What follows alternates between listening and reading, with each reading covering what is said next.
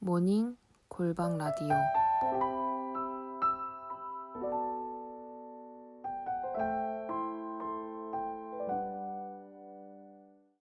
다리오 왕 제4년 아홉째 달 곧 기슬레월 4일에 여호와의 말씀이 스가랴에게 임하니라.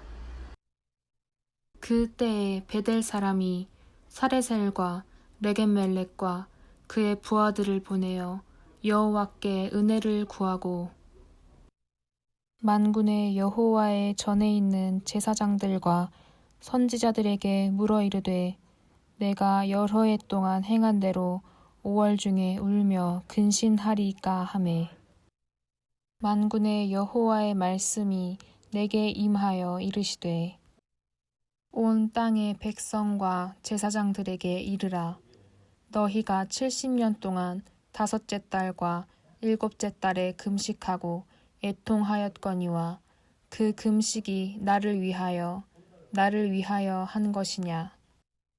너희가 먹고 마실 때에 그것은 너희를 위하여 먹고 너희를 위하여 마시는 것이 아니냐. 예루살렘과 사면 성읍에 백성이 평온히 거주하며 남방과 평원에 사람이 거주할 때에 여호와가 옛 선지자들을 통하여 외친 말씀이 있지 않으냐 하시니라.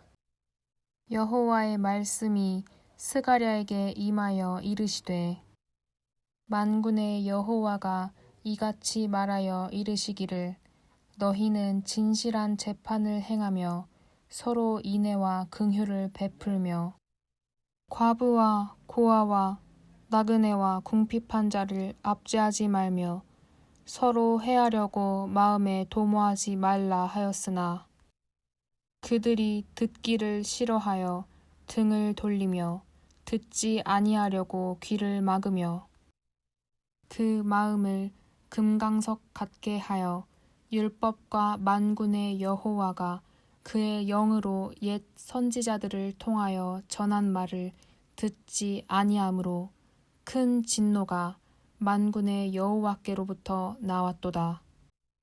내가 불러도 그들이 듣지 아니한 것처럼 그들이 불러도 내가 듣지 아니하리라. 만군의 여호와가 말하였느니라. 내가 그들을 바람으로 불어 알지 못하던 여러 나라에 흩었느니라. 그 후에 이 땅이 황폐하여 오고 가는 사람이 없었나니 이는 그들이 아름다운 땅을 황폐하게 하였음이니라 하시니라. 스가랴가 본 환상 8개가 6장에서 끝이 나고 오늘 7장부터는 4가지 메시지가 소개되고 있습니다. 본문은 북이스라엘 베델 사람들이 예루살렘에 사신을 보낸 장면이 나옵니다. 당시 베델 사람들은 남유다 사람들과 적대적인 관계에 있었습니다. 그랬던 그들이 남유다까지 내려온 것입니다. 베델 사람들이 사신까지 보냈던 이유는 무엇이었을까요? 그동안 지켜온 금식을 계속해야 하는가에 대한 질문 때문이었습니다.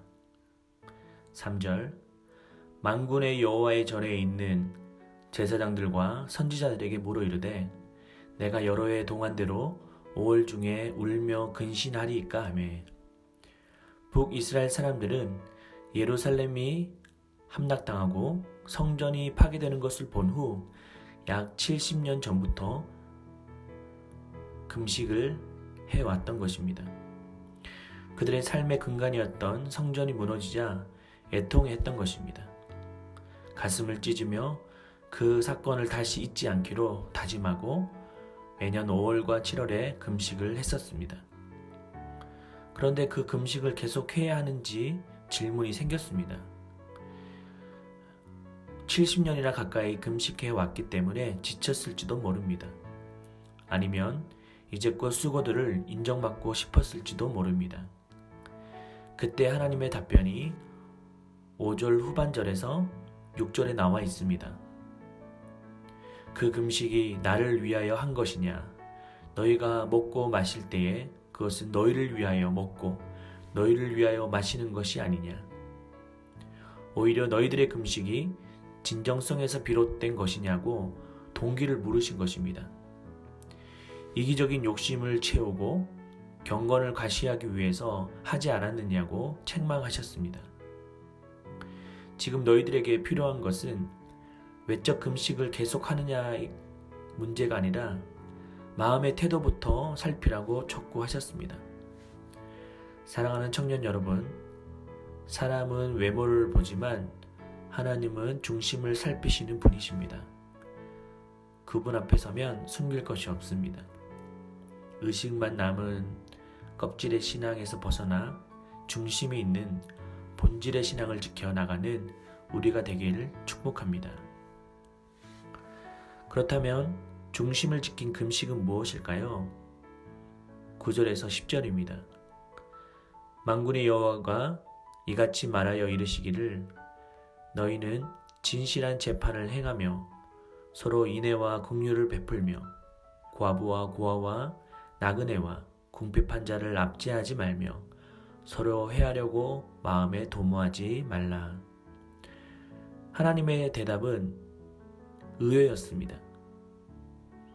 뭔가 마음을 지키고 내공을 가지라고 할 것 같은데 하나님은 우리의 시선이 이웃을 향하기를 원하셨습니다. 즉 공동체의 정의와 윤리를 말씀하신 것입니다. 당시 사람들은 금식을 하면서 자신만 챙겼습니다. 고통받는 이웃에 대한 관심이 없었습니다. 약한 자와 고통받는 자들을 외면하면서 금식만 하면 아무 문제 없다고 자신만만해 했습니다. 그러나 하나님은 그들의 예배 행위가 다 역겹다고 역설하셨습니다. 성경은 하나님 사랑과 이웃 사랑의 원리를 말하고 있습니다. 그럼에도 불구하고 사람들은 연약해서 지키지 못한 것이 아니라 의도적으로 거부한 것입니다. 11절에서 12절입니다. 듣기를 싫어하며 등을 돌리며 듣지 아니하려고 귀를 막았으며 그 마음을 금강석 같게 하여 율법과 만군의 여호와가 그의 영으로 옛 선지자들에게 통하여 전한 말을 듣지 아니하므로 큰 진노가 만군의 여호와께로부터 나왔도다. 모르고 짓는 죄도 죄입니다. 그러나 알고도 짓는 죄, 의도적으로 짓는 죄는 더 큰 심판이 있다는 것을 잊어서는 안 됩니다. 금식에 있어서도 이전에 많은 선지자들을 통하여 이미 말씀하신 바 있습니다. 이사야 58장 6절에서 7절은 이렇게 말하고 있습니다. 내가 기뻐하는 금식은 흉악의 결박을 풀어주며 압제당하는 자를 자유하게 하며 모든 명예를 꺾는 것이 아니하겠느냐.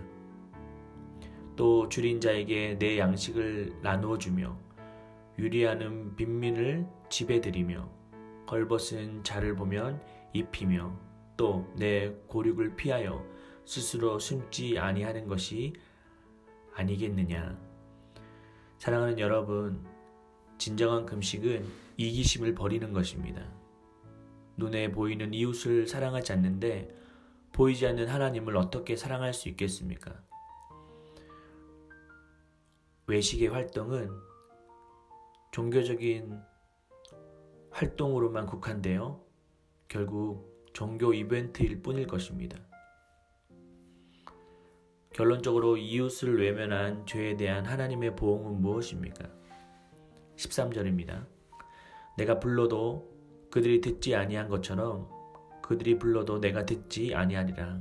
만군의 여호와의 말이니라.